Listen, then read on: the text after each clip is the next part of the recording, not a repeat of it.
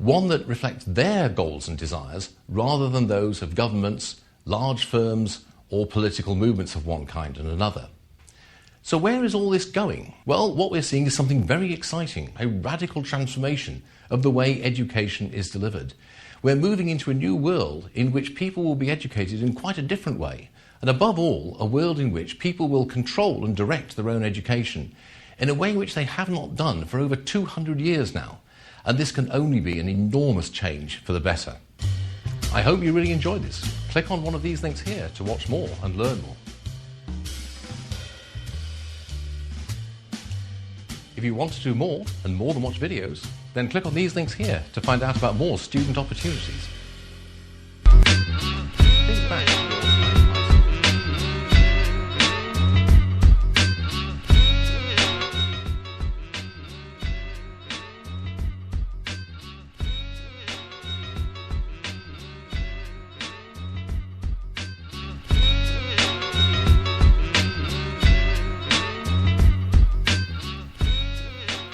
And we're back.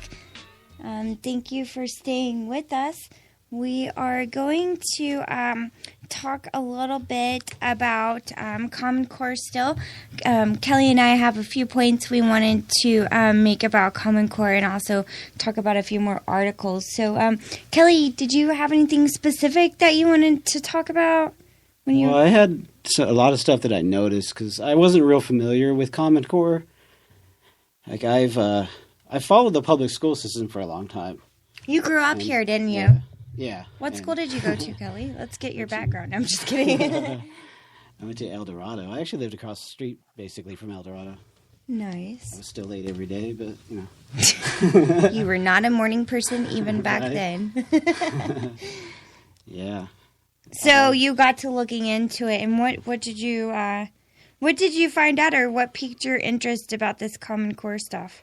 Well, one of the things is, even before we did the show, probably a month before, I had seen this thing that was on Facebook, and it was a picture of an actual question that's on one of the Common Core math tests. And it says, whoever the name of the student was, it's like, Patricia read 28 pages one day, and then she read 103 pages the next day. And then it says, is 70 a reasonable answer? And the student had put down, no, the answer is 75. And then it's marked wrong, even though the answer actually is 75. Yeah, I saw a lot of different circulations of homework assignments. I'm in a few anti-Common Core groups that I just will go through and read up on, or they'll pop up in my news feed. And there was quite a few like that had problem solving to where if you actually got the answer correct and did the math correctly, that they would still count you wrong. And it's like, why would anybody be counted wrong for getting the correct answer? Yeah, and that's the thing is, like, apparently once I started looking into the actual Common Core stuff, a big part of Common Core math is finding out whether something's reasonable. But the thing about that is, the correct answer, which is 75, is as reasonable as 70. So, and also it's one of those things where when I looked at it, it looked fake. It didn't look like a real thing. Like, you see all the propaganda pictures that people put out, Yeah. And, it's got this, a quote that's taken out of context, or it's got something that's just completely made up. And, like, when I see that kind of stuff, I don't say, oh, that's fucked up. I say, that can't be real. I'm going to find out if it's real, You mean you actually don't share stuff on Facebook without looking into it? Yeah, if it looks really ridiculous, I confirm it first. Aw, you're awesome. There's not many Facebookers out there like you. I'm actually guilty of putting out crap. But that's one of the things I did is I went to, because this was somebody had shared somebody else's picture. So I went to the actual original post, and there's like 18,000 comments on it, because it's just ridiculous. So I started reading through the comments, and, out of 100 comments or however many that I looked at, every now and again, you would get a person who says, I'm a teacher, and no, this is right, and this is why we teach it that way. Which, like, one of them was, well, when you estimate, you do this, that, and the other thing, but the actual question never says estimate. Yeah, I didn't say estimate or round up. I saw that picture also. So that was one of those things, like, it must have been 20 teachers out of the 100 or however many that I looked at. So, I mean, to me, that means that it must be real, because not that many people are pretending to be a teacher. Yeah. So, and it's just one of those things where, like, there's different ways to do math, and there is sometimes when you want to estimate something, but they teach them to get, like, the answer that's close rather than the actual answer. So like in math, it's important to know how to add stuff. Yeah, math is math. Facts are facts. It's good to learn to estimate. I get that. Like, when you're little and they're not really doing a lot, you got to estimate and know quick things like that, because then you can go back and figure out the correct answer if you're doing it in your head and whatnot. But, like, when it comes to real problem solving, you need to know that 1 + 1 is 2. It's not 5. And on here, like you said, there was a ton of comments, and the little kid even, like, showed their work of how they got the answer, and still got it wrong. It's messed up. And the thing about it is, 75 is a better estimate than 70. Even if you say estimate, if you got it right, that's a pretty good estimate. So it's just weird that they would have something that's actually correct and they would mark it wrong. And the thing I noticed when I started looking into the actual Common Core stuff beyond just that one question that I saw on Facebook, and doing some research earlier this week for the show also, there's a lot of stuff, and one of the things also, like, I actually hated math, so it's not something that I'm, like, really that interested in, but it's one of those things where I looked into different things, and the most glaring examples of the agenda is the math questions. Because they had, add the number of votes that were voted in the 2000 election, and explain whether the 2000 election was fair or not. So, like, the 2000 election has nothing to do with math outside of, like, counting the votes, which they didn't actually do, but well, it seems like they're pushing a political agenda and propaganda. I saw some history homework or something that was posted. It was like it was a multiple choice answer, but practically in the end it was like, do you choose your government or your family first? Pretty much is like, it's training kids to kind of put the government first and then their parents, like, the government is always right, and that is so fucked up. Yeah, and that's one of those things where it goes actually back to the beginning of school, because that's the kind of things that they were doing.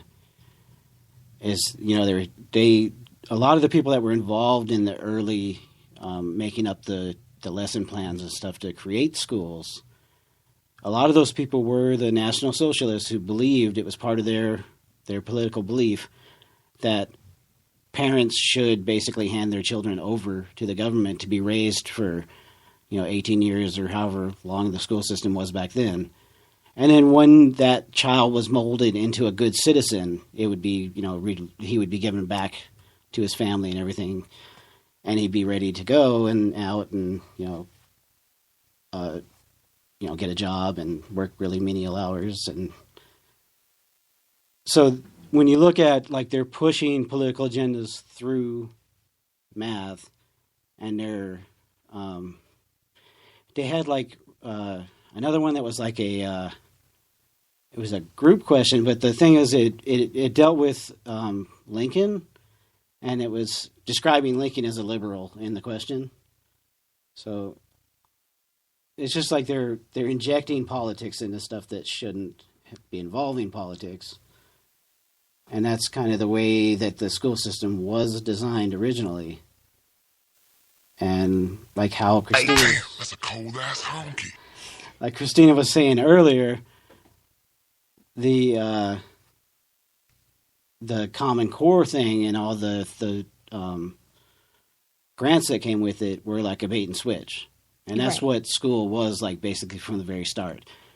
They told people, we'll make sure every child has a free education, but they didn't tell them why they wanted to, or how they were setting that education up, because that was a really like a cover story basically.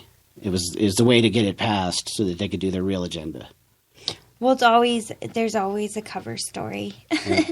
That, especially with the government, they don't do anything really, I don't believe anymore, after looking into so much. They don't ever do anything with good and, really true intentions. And even if they had true intentions, good intentions pave the road to hell. So it obviously isn't working out with good intentions. It seems to be working out on the side of their ulterior agenda.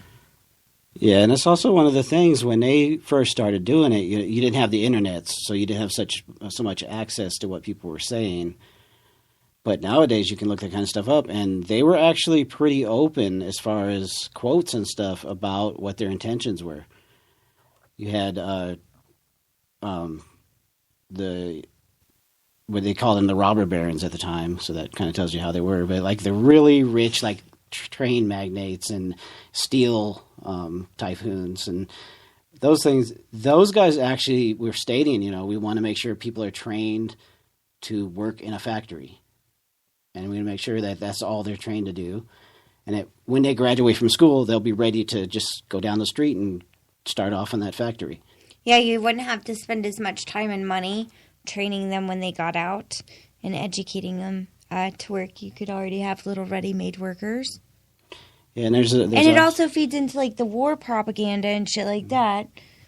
Well, that's the thing is the school system was originally designed by the Prussians to train soldiers. And what they did is they tweaked it a little bit, but realistically, when you look at like a factory situation especially, when you look at these, it was the Industrial Revolution at the time, so most jobs were in factories in the cities, and they drove most of the people out of the countries side and farms and stuff. If you weren't like the actual owner of the farm, because this is before they had the factory farm, so that basically the family would have their own farm, and then there wasn't the same market for people. But because of all the money inflation and all that, people needed to make money. So it wasn't like where you could just set up your own little farm out there and just, grow stuff for yourself, and that's all you needed to do. Now you needed to raise money. And so the what you need to work in a factory on an assembly line isn't that far off from what you need to be a soldier. So it didn't even really take that much tweaking of it. And they have there's a quote from Woodrow Wilson, who was the president at the time, and he actually says, we want one set of class that has a good education, and then we need the larger subset of people to be trained to work in a factory. To be good little worker bees. Slaves. We're still slaves, and it's true. We just don't realize we don't have the chains on, perhaps, and we can go home to our little houses. But most people are 9-to-5ers, get up, go to work, drop your kids off at school, come home, cook dinner, watch 3 hours of mind-fucking numbing bullshit TV, go to bed, do it over again. And that's all people do. We're stuck into this is our happy little life, when half the time nobody likes their job. They don't like getting up. I saw something the other day. It was like, it's not Mondays. That's awful. It's your job. Do what you love. And that's the truth. And that's the thing also about it is nowadays, like not too long ago, you would have one person that was able to raise the children. Yeah. And like personally, I think women are better at raising children, but like whoever that happens to be, it doesn't really matter. But nowadays, there's not even that option, because most people need at least 2 incomes to afford everything. And, you have people that are actually doing like 3 and 4 incomes because people are working multiple jobs. Yeah, or they'll have to have family members or people rent out rooms, especially in like large areas